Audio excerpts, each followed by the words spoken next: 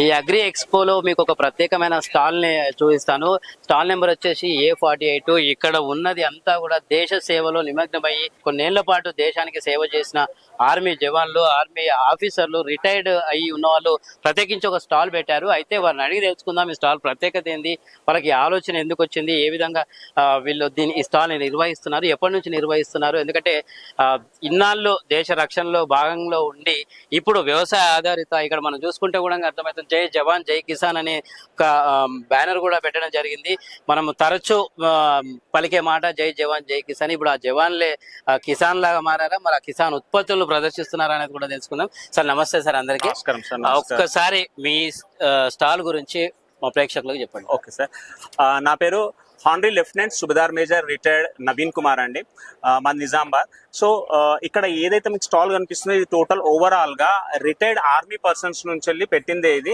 అయితే మాది ఇనిషియల్ గా ఏదైతే ఉందో Shri Venkateswara agro power and processing unit అన్నది ఒక కోఆపరేటివ్ సొసైటీగా ఏర్పడి మనము అది నాసిక్ లోని మాలేగాం దగ్గర మేము స్టార్ట్ చేసామండి 2019లో.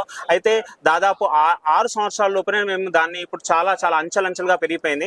ఇప్పుడు నాసిక్ లో మేము స్టార్టింగ్ చేసినప్పుడు 528 ఎకరాల బంజర్ భూమి ఏదైతే మహారాష్ట్ర గవర్నమెంట్ దగ్గర తీసుకొని ఆ 528 ఎకరాల దేనికి పనికి రాని రాళ్ల భూమిని మేము ఈ రోజు సస్యశ్యామలంగా నీళ్లు వచ్చే విధంగా చేసి దాన్ని డ్రిప్ ఇరిగేషన్ సిస్టమ్ లో మేము దాంట్లో వివిధ రకాల పంటలను కూడా పండిస్తున్నాము. అది కూడా సేంద్రియ వ్యవసాయం ద్వారా ఆర్గానిక్ రూపంలో మేము దాన్ని చేస్తా ఉన్నాము. ఎందుకనంటే మేము అందరం వర్క్ చేసేది ఒకే ఒక కాన్సెప్ట్ పైన, అదేది లాల్ బహదూర్ శాస్త్రి గారి జై జవాన్ జై కిసాన్. అయితే మనము ఏ విధంగా అయితే ఆగస్ట్ 15th కానీ లేకపోతే 26 జనవరికి కానీ మనం అంటా ఉంటాం జై జవాన్ జై కిసాన్, దాని తర్వాత జవాన్ ఎవరు చూడు కిసాన్ ఎవరు చూడు, అది అటు ఇది ఇటు అన్నట్టు అయిపోతుంది. అది కాకుండా ఒక జవానే కిసాన్ గా మారి చేస్తే ఏ విధంగా ఉంటది అని చెప్పేసి నిరూపించడం కోసం మేము ఈ అగ్రో పవర్ ప్రాసెసింగ్ యూనిట్ అన్నది వెంకటేశ్వర అగ్రో ప్రాసెసింగ్ అనేది స్టార్ట్ చేసామండి. అయితే ఇక్కడ మీకు కనిపిస్తున్న ప్రతి ఒక్క ఐటమ్ ఏదైనా ఉన్నా కూడా ఈ ఐటమ్స్ అన్ని కూడా మన దగ్గర అక్కడ మన Venkateswara agro power processing ready అవుతా ఉన్నాయి. ప్రాసెసింగ్ యూనిట్ అన్నది కూడా మన దగ్గరే ఉంది.